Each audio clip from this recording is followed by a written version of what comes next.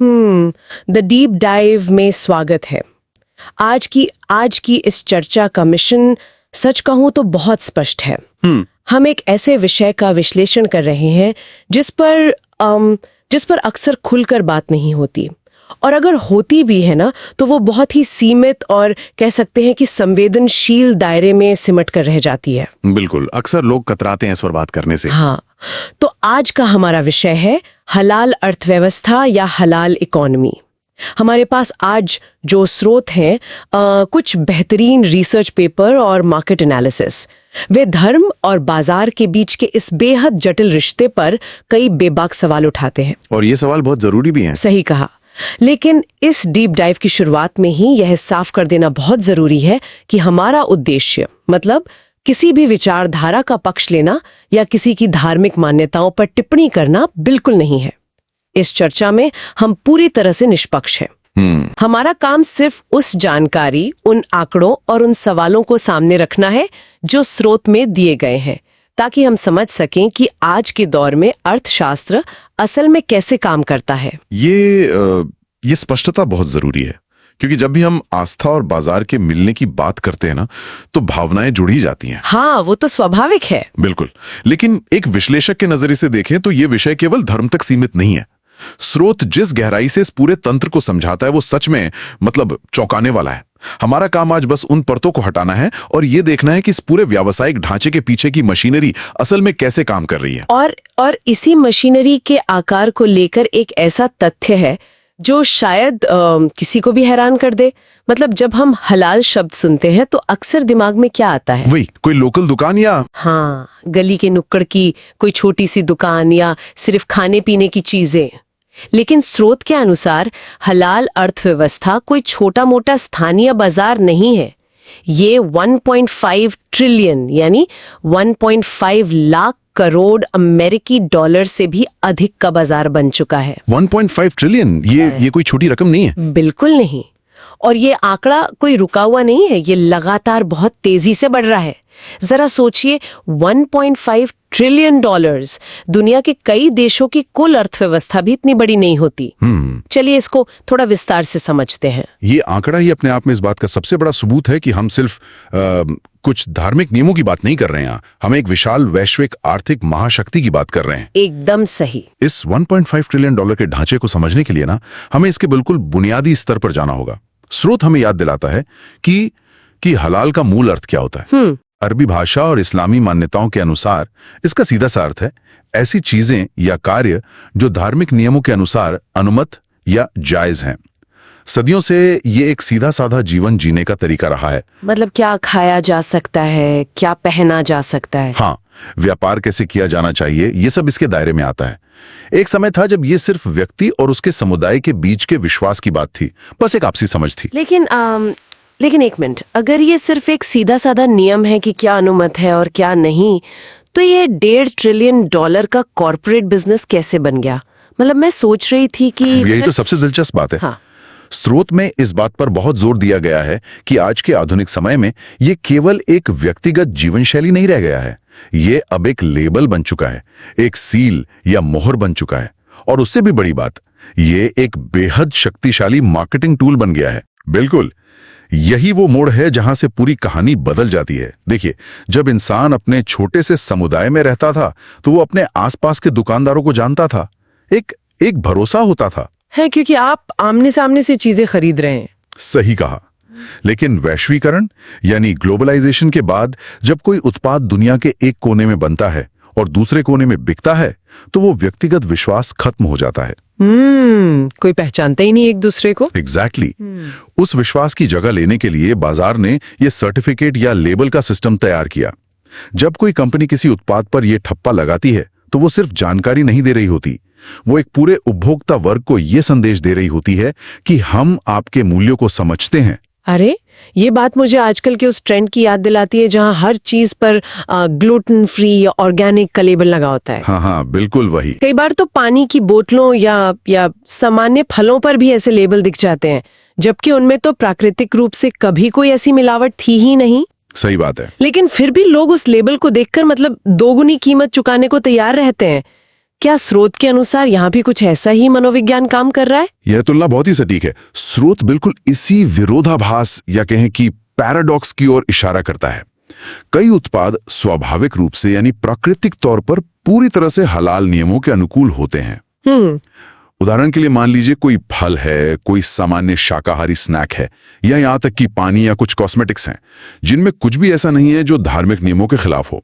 वे पूरी तरह से अनुमत है। तो मतलब वो पहले से ही सही है। हाँ, लेकिन आज के बाजार के नियमों के अनुसार अगर उस उत्पाद की पैकेजिंग पर आधिकारिक हलाल सर्टिफिकेट का ठप्पा नहीं है तो उसे बाजार के इस विशेष हिस्से में मान्यता ही नहीं मिलती। मतलब उत्पाद 100% सही है, नियम के अनुसार है, लेकिन सिर्फ एक कागज पर लगी मुहर के बिना उसकी उस बाजार में कोई अहमियत नहीं है। बिल्कुल शून्य अहमियत। उपभोक्ता उसे अनदेखा कर देगा। ये सच में अजीब है कि एक गुण जो किसी चीज में प्राकृतिक रूप से मौजूद है, उसे साबित करने के लिए एक बाहरी ठप्पे की जरूरत पड़ रही है। यहाँ सबसे हैरान करने वाली बात यह है कि ये जो सर्टिफिकेट या मुहरें बाजार में बांटी जाती हैं, ये हवा में नहीं बनती और ना ही मुफ्त में मिलती है। जाहिर सी बात है। इसके पीछे एक पूरी इंडस्ट्री काम करती है।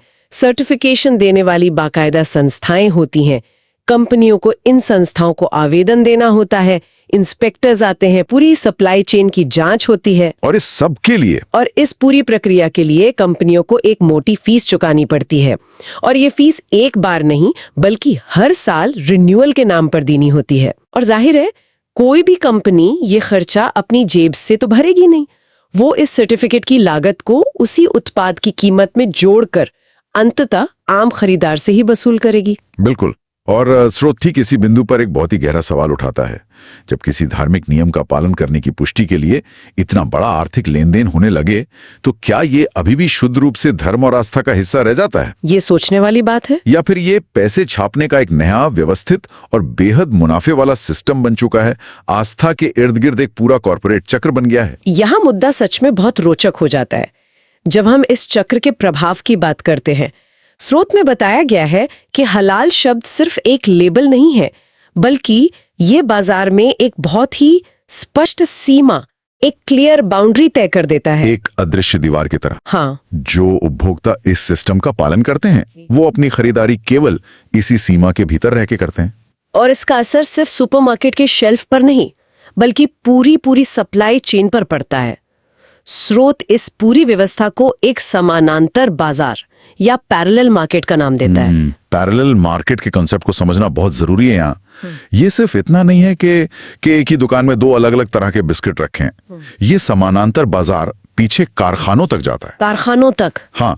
स्रोत के अनुसार हलाल प्रमाणित उत्पादों के लिए लॉजिस्टिक्स, वेयर हाउस और यहाँ तक कि ट्रांसपोर्ट के ट्रक भी अलग रखने की मांग बढ़ती जा रही है ताकि किसी भी तरह का संपर्क ना हो। बाप रे। ये एक ऐसा बाजार है जो मुख्य बाजार के साथ साथ चल रहा है लेकिन उससे पूरी तरह कटा हुआ है। जरा एक आम उपभोक्ता के नजरिए से सोचिए। वो एक सुपरमार्केट में जाता है, उसके सामने दो समान उत्पाद है, दोनों के अंदर की सामग्री लगभग एक जैसी है। एक सस्ता है और शायद उसकी क्वालिटी भी बेहतर हो, लेकिन उस पर लेबल नहीं है। और दूसरे पर वो खास मोहर लगी है। जो उपभोक्ता इस मान्यता को मानता है उसके लिए बाजार का बाकी हिस्सा जैसे अस्तित्व में ही नहीं रहता। वो बिना लेबल वाले समान उत्पादों को जानबूझकर खारिज कर देता है। अगर हम इसको बड़े पैमाने पर देखें तो ये समाज शास्त्र का एक बेहद दिलचस्प और जटिल पहलू है। हम अक्सर सामाजिक विमर्श में इस बात पर चर्चा करते हैं कि कैसे बहुसंख्यक समाज द्वारा अल्पसंख्यक समुदायों को अलग थलग या हाशिए पर कर दिया जाता है। हाँ, दुनिया भर में अल्पसंख्यकों के साथ होने वाले भेदभाव पर बहुत बात होती है, बहुत शोध होता है इस पर। लेकिन स्रोत एक बिल्कुल विपरीत स्थिति की ओर इशारा कर रहा है। यहाँ क्या हो रहा है? यहाँ एक वर्ग आर्थिक रूप से खुद को अलग कर रहा है। ये बाहर से थोपा गया अलगाव नहीं है, ये अपनी मर्जी से बाजार के माध्यम से चुना गया अलगाव है। स्वैच्छिक आर्थिक अलगाव, ये सच में बहुत गहरी बात है। लेकिन सवाल ये उठता है कि कोई इंसान जानबूझकर अपने विकल्प क्यों सीमित करेगा? अगर कोई चीज प्राकृतिक रूप से सही है, सस्ती है, तो क्या सिर्फ एक मुहर न होने पर उपभोक्ता उसे सच में नहीं खरीदेगा? स्रोत इस उपभोक्ता मनोविज्ञान को कैसे समझाता है? स्रोत इसे जुड़ाव या बिलोंगिंग के मनोविज्ञान से जोड़ता है। आज की भागदौड़ भरी जटिल दुनिया में इंसान अपनी पहचान ढूंढता है, जब वो उस लेबल को देखता है ना, तो खरीदारी का फैसला सिर्फ गुणवत्ता या कीमत के आधार पर नहीं होता। तो किस आधार पर होता है? वो फैसला इस भावना पर आधारित होता है कि यह उत्पाद मेरी पहचान, मेरे समुदाय और मेरी आस्था का सम्मान करता है। उसे ये एहसास होता है कि वो कुछ ऐसा खरीद रहा है जो खास उसी के समाज के लिए बनाया गया है। इस समानांतर बाजार में गुणवत्ता और कीमत पीछे छूट जाते हैं और सबसे बड़ा कारक ये जुड़ाव बन जाता है। और कंपनियों के मार्केटिंग विभागों को ये मनोविज्ञान बहुत बहुत अच्छी तरह समझ में आता है। उन्हें पता है कि अगर वे ये लेबल लगा देंगे तो उपभोक्ता कीमत या अन्य विकल्पों की परवाह किए बिना सीधे उन्हीं का उत्पाद चुनेगा। बिल्कुल। ये तो ब्रांड लॉयल्टी का सबसे चरम रूप हो गया, जहां वफादारी किसी कंपनी या उसके स्वाद के प्रति नहीं बल्कि सिर्फ एक धार्मिक मोहर के प्रति है। और इसी अटूट वफादारी के कारण ये $1.5 ट्रिलियन का विशाल बाजार खड़ा हुआ है। आस्था एक ऐसा प्रेरक तत्व है जो इंसान से कुछ भी करवा सकता है। और जब वैश्वीकरण के इस दौर में आस्था को खरीदारी से जोड़ दिया जाता है तो इसके जो आर्थिक परिणाम निकलते हैं वे अभूतपूर्व होते हैं। बाजार के लिए इससे बेहतर कोई स्थिति नहीं हो सकती, जहां उपभोक्ता खुद आकर कहे कि मैं सिर्फ तुम्हारा ही सामान खरीदूंगा, चाहे कीमत कुछ भी हो, बशर्ते तुम मुझे ये मोहर दे दो। तो इस सबका आखिर मतलब क्या है? जब हम इस पूरे चक्कर को देखते हैं, आस्था, प्राकृतिक नियम, महंगी सर्टिफिकेशन प्रक्रिया, समानांतर सप्लाई चेन और ये जुड़ाव वाला उपभोक्ता मनोविज्ञान, तो अंततः इस पूरे खेल में मुनाफा कौन कमा रहा है? यही तो मुख्य सवाल है। क्या असली फायदा उस आम उपभोक्ता का हो रहा है जो इस लेबल को देखकर मन की शांति और आध्यात्मिक सुरक्षा महसूस करता है, या फिर इसका असली फायदा उन बड़े ढांचों, उन संस्थानों और बहुराष्ट्रीय कंपनियों को हो रहा है जो ये सर्टिफिकेट बांट रहे हैं और इस पूरी व्यवस्था से अथाह पैसा बना रहे हैं? ये इस पूरी चर्चा का सबसे संवेदनशील और सबसे महत्वपूर्ण हिस्सा है। देखिए, ये तो हर इंसान का बुनियादी हक है कि वो अपने विश्वास के हिसाब से जिए। ये धार्मिक स्वतंत्रता के अधिकार के अंतर्गत आता है। बिल्कुल आता है। व्यक्ति क्या खाना चाहता है, क्या पहनना चाहता है, या अपने खून पसीने की कमाई कहाँ खर्च करना चाहता है, ये पूरी तरह से उसकी अपनी पसंद है। ना तो हमारा स्रोत और ना ही हम किसी की इन व्यक्तिगत मान्यताओं पर कोई सवाल उठा रहे हैं। ये बात बिल्कुल साफ होनी चाहिए।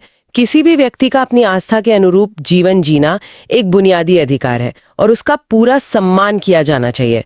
हम या किसी धर्म का विश्लेषण नहीं कर रहे हैं। नहीं, बिल्कुल नहीं। हमारा ध्यान सिर्फ और सिर्फ इस बात पर है कि कैसे एक आधुनिक पूंजीवादी बाजार ने उस शुद्ध आस्था के इर्द गिर्द अपना एक ऐसा आर्थिक ताना बाना बुन लिया है जो अब अपने आप में एक स्वतंत्र उद्योग बन गया है। इससे एक बेहद जरूरी सवाल खड़ा होता है कि एक इंसान की व्यक्तिगत आजादी और उसकी आस्था की सीमा कहाँ खत्म होती है और एक ऐसा संस्थागत ढांचा कहां से शुरू होता है जो आर्थिक रूप से पूरी तरह शक्तिशाली हो चुका है।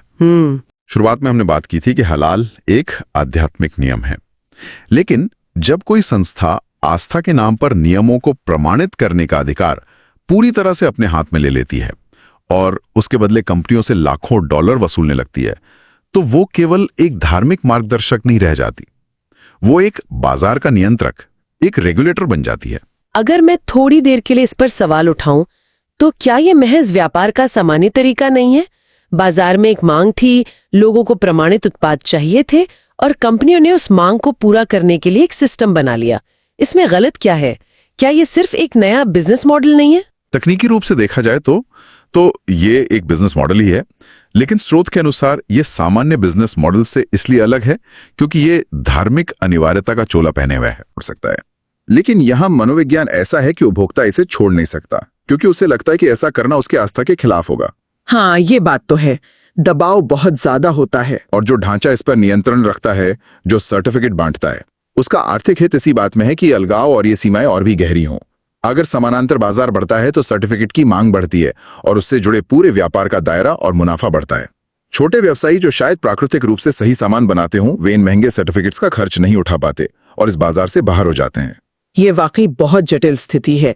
जो आस्था एक व्यक्ति के दिल से शुरू होती है, वो घूम फिरकर एक बहुत बड़ी व्यावसायिक संस्था के बैंक खाते तक पहुंच जाती है। ये चर्चा हमें बाजार और इंसान की मान्यताओं के बारे में बहुत कुछ सोचने पर मजबूर करती है। बिल्कुल करती है।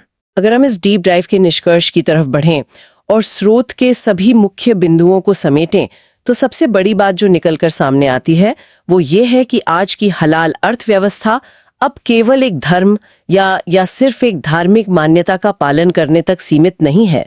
ये एक बाजार है, ये एक बहुत बड़ा विश्वव्यापी और बेहद चालाकी से डिजाइन किया गया बिजनेस है। सही कहा, ये एक ऐसा तंत्र बन चुका है जो आस्था के नाम पर जीवित है। इसकी पूरी नींव उसी विश्वास और पवित्रता पर टिकी है, लेकिन साथ ही साथ ये उसी आस्था का इस्तेमाल करके एक बहुत बड़ा आर्थिक मुनाफा भी कमा रहा है। धर्म और अर्थशास्त्र दोनों इस तरह से आपस में गुंथ गए हैं कि आज के दौर में उन्हें अलग अलग करके देखना लगभग असंभव हो गया है। और इसीलिए स्रोत के अंत में जो सवाल उठाया गया है वो बहुत ही मारक है।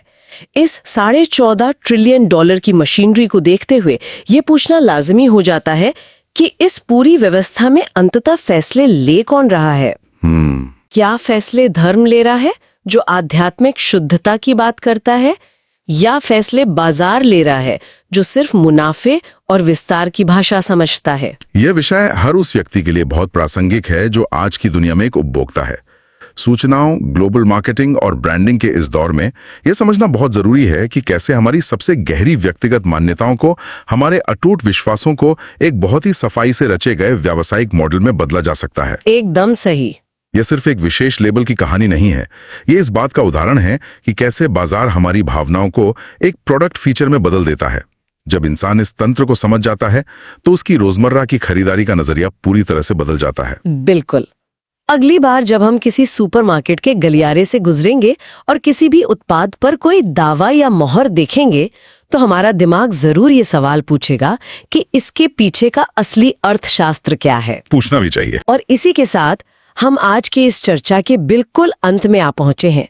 स्रोत ने जो बातें सामने रखी, धर्म से लेकर मार्केटिंग टूल तक का सफर, समानांतर बाजार का मनोविज्ञान और मुनाफे का पूरा चक्र, उसने हमें अपने आसपास की दुनिया को एक नए चश्मे से देखने का मौका दिया है। लेकिन इस चर्चा को खत्म करने से पहले हम इस विचार को एक कदम और आगे ले जाना चाहते हैं। सुनने वालों के लिए सोचने वाली बात यह है कि अगर भविष्य में हमारी मान्यताओं की पूरी प्रामाणिकता सिर्फ किसी कागजी सर्टिफिकेट और उस पर लगी मोहर पर निर्भर हो जाए, तो क्या इंसान की अपनी व्यक्तिगत नैतिकता और अंतरात्मा भी किसी बड़े व्यावसायिक ब्रांड का सिर्फ एक प्रोडक्ट बनकर नहीं रह जाएगी? ये बहुत ही गहरा सवाल है। इसी गहरे और शायद थोड़े बेचैन करने वाले विचार के साथ हम आज की इस डीप डाइव का समापन करते हैं। जानकारी और विश्लेषण के इस सफर में जुड़ने के लिए बहुत बहुत धन्यवाद। अगली बार एक और नए विषय के साथ फिर गहराई में उतरेंगे।